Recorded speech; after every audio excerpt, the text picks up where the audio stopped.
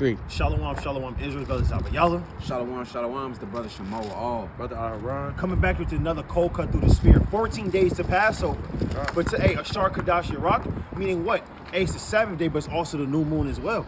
Right. And you already know we got to continue with the videos until Passover, brother. Right. We got to continue to watch, before Passover, watch over your spirit. Take out the leaven out of the house, but take out the leaven out of your spiritual house as well. Although it's the new moon, but we got to understand, we got to rejoice in these new moons. We got to rejoice in these feast days. Go to Deuteronomy chapter 16 and verse number 14. Yep. And thou shalt rejoice in thy feast, thou and thy son and thy daughter and thy manservant and thy maidservant and the Levite, the stranger and the fatherless and the widow that are within thy gates. So the Most High said everybody in your household got to rejoice. You, your son, your manservant, your maidservant. It's a commandment. The Lord didn't say you could rejoice. Maybe if you got off work early enough, you can rejoice. If not, I understand. The precept didn't say that. The Lord said, and thou shalt rejoice in thy feast. And last time I checked, this is a feast day. So we got to rejoice. We got to rejoice in the feast of the Most High. Brothers got it. Come, right? Hey, that's right, man. We gotta rejoice, man. We can't think about nothing that happened last month, Right. 2 months ago, yesterday, the day before that. We can't think about none of those things. Because if you do, are you really rejoicing? That's really a commandment. You need to rejoice. The Lord gave you mercy to see another month. How many people that died today? How many people that died right now? Right? This Nehemiah chapter 8, verse 10. It said, then he said unto them, go your way, eat the fat, and drink the sweet, and send portions unto them from whom nothing is prepared. For this day is holy unto our Lord. Neither be ye sorry. The Lord said, neither be ye sorry, man. Right. What you sorry for? The Lord gave you mercy and grace for you to extend and to be able to correct your ways in His truth, man. So you should rejoice, right? I'm going to finish on. It says, neither be ye sorry, for the joy of the Lord is your strength. Hey, and that's the fruits of the Spirit, man. The joy of the Lord is your strength. So if you're going through affliction, turmoil, torment, you don't got a job, you can't pay bills, hey, your strength is joy, man. That's the fruits of the Spirit, and the elect has that. You good. Yeah, I don't got my pocketbook, so let me get, I got you. give me Sirach chapter 40, verse 20. It's the book of Sirach, chapter 40 and verse. Give me Sirach chapter 30, verse 60. Sirach chapter 40 and verse number 20. Nope. Wine and music, rejoice thy heart, but the love of wisdom is above them both. Right, the love of wisdom is above them both. So wine, music, all of these things come into play on the feast days, and they do rejoice the heart. They do bring us joy, but those things also brought us joy in the world, right? Right, music used to bring you joy in the world. Wine used to bring you joy in the world, right? Drugs, being around your brothers used to bring you joy in the world, but was it in righteousness? Right. Was it in wisdom? Right. Right? We got to make sure that we dwelling together in wisdom. Let me get Sirach chapter 9 and verse number 15. And bring out the precept I had you go. It's the book of Sirach chapter 30, verse 21. Nope. Give not over thy mind to heaviness. Right. And afflict not thyself in thy own counsel. Right. You don't want to give your mind over to heaviness, right?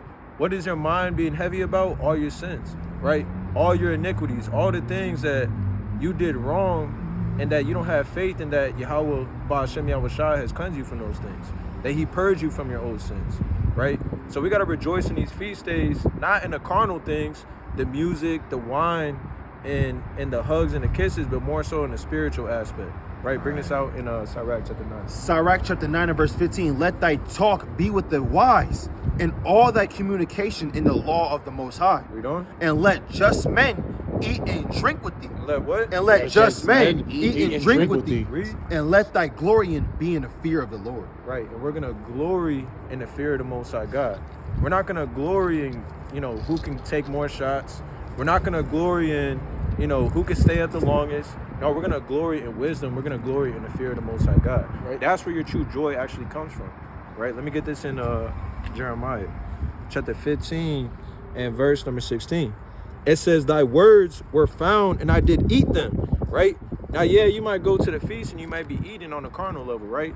But the number one thing we have to be eating that has to be a part of our diet is the words of the Lord. It says, I did eat them, and thy word was unto me the joy and rejoicing of my heart. For I am called by thy name, O Yahweh, God of hosts. Right? And that's the joy that we get. Remember, we went through the curses for not serving the Most High with joyfulness, with gladness of heart.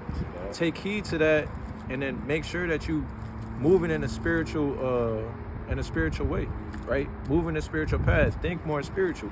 It's not meat and drink that's gonna get you the kingdom of heaven. Right. It's righteousness. It's peace. It's joy in the Lord.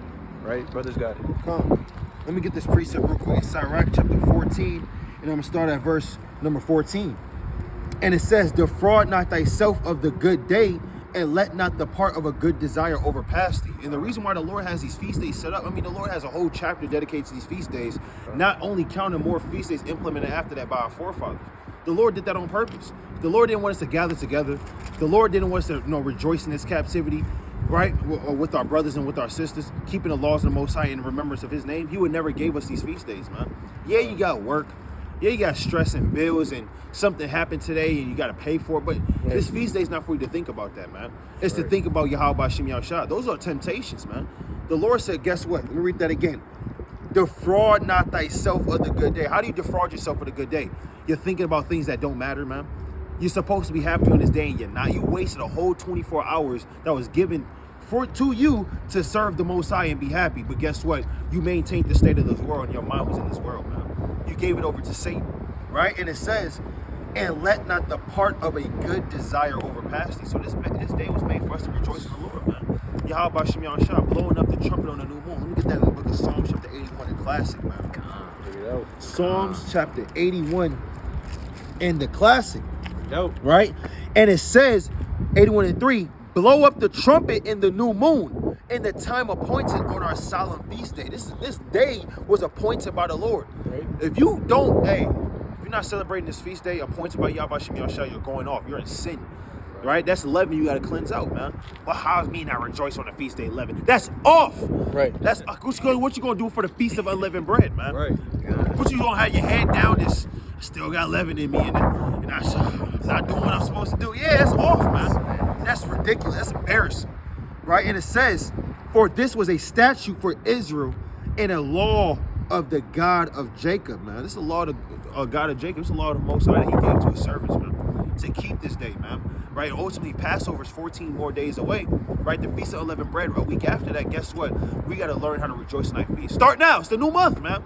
What they say in the world, new month, new you, man. New year, new you, man. Right. Guess what? Start today, man. If you wasn't really rejoicing last year in the feast days, you knew that was a demon on you and Satan always plagued you on the feast days, guess what? Start now. This that feast day you turn up in righteousness, man. Right?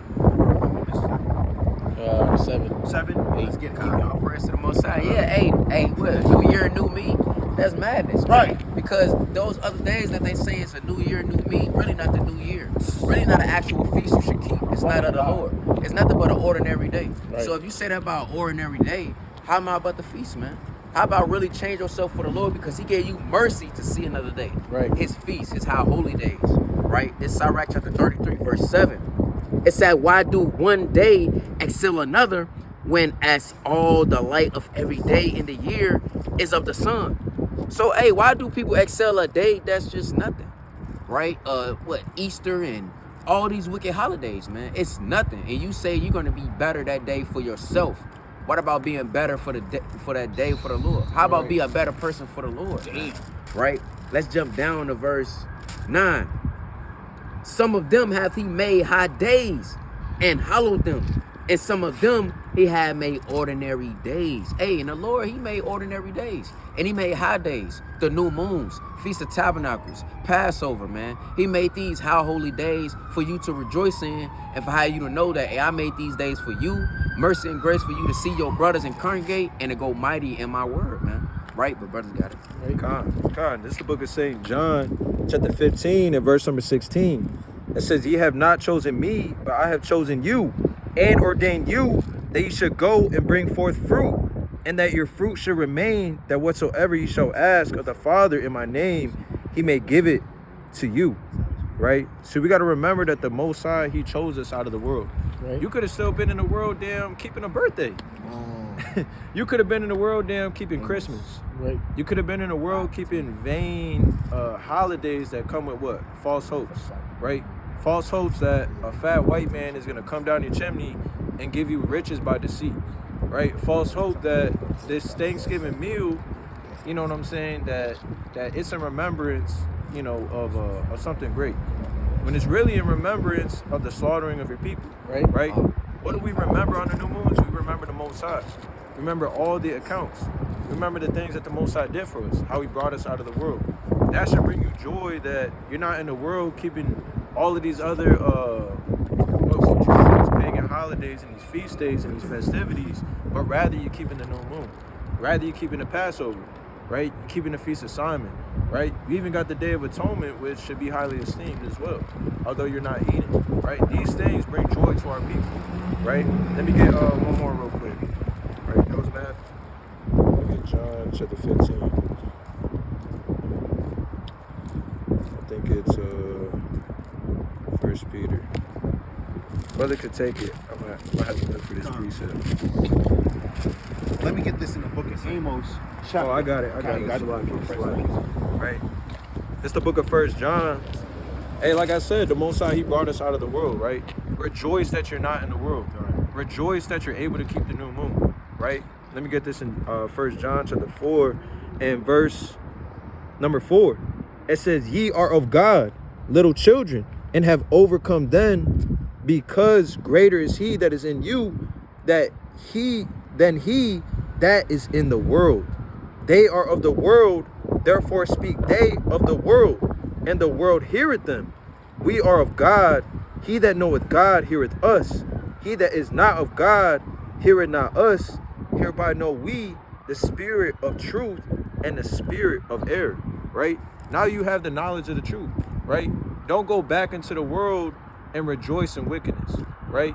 Rejoice in having knowledge of evil and not having knowledge of what's actually good for you, right? Not having knowledge of how to please the Most High, how to love your people, right? Keeping the new moon is going to teach you how to love your people. It's going to bring unity to our nation, right? And if you don't have joy in these feast days, if you don't have joy in serving the Lord, hey, the Most High already said he got to destroy you. He put us through these curses for a reason. You have to have joy in serving the Lord, right? Brothers got it. Hey, and at the end of the day, you don't want to bypass the Lord's holidays or high holy days for worldly work, right? For worldly things, man. And that's what our forefathers were doing in the ancient world. This is the book of Amos, chapter 8, and verse number 5, saying, when will the new moon be gone, that we may sell corn, and the Sabbath, that we may set forth wheat, making the ephah small and the shekel great, and falsifying the balances by deceit. So they couldn't wait to rob their brother. They couldn't wait to scam. Right, that's falsifying down balances by deceit. You scamming, man. They couldn't wait to get over on their brother. They couldn't wait to do worldly things. They said the day was the Sabbath day. I think the sun's supposed to go down. And Esau said 7:19, 17. He started doing what he did. Like, what the hell going on, man? I got customers, man. That's off. You're not supposed to be doing that, man. Bro, you're supposed to be keeping this day in honesty and sincerity for the Lord, man. Right. Not trying to rush the Lord's high holy days so you can do wickedness in the world. Right. Like our forefathers, man. But what the Lord say? Verse 6, that we may buy the poor for silver and the needy for a pair of shoes, yea, and sell the refuse of the wheat. What the Lord say? The Lord have sworn by the excellency of Jacob, surely I would never forget any of their works. And guess what? The Lord would never forget any of your works. If you bypass his new moons, his Sabbath days, not doing what you're supposed to be doing, the Lord will never forget any of your works, man. All like it's a righteous balance. The Lord said, I would not forget your works in righteousness, Hebrews 6 and 10. The Lord would not forget your works in wickedness as well if you choose to be wicked, man. Right? The Lord said, rejoice in this feast. That's not an option, man. That's a commandment by Yahweh Shem Yahushua. But with that, I'd like to give all honor and glory to Yahweh by Shem Yahushua. Keep this feast in honesty and sincerity, man. Forget your problems, your stress. Passover is 14 days away. With that, we say, Kom Yahshua. Kom Yahshua. Kom Yahshua. Kom Yahshua. Kom Yahshua. Kom Yahshua. Shalom.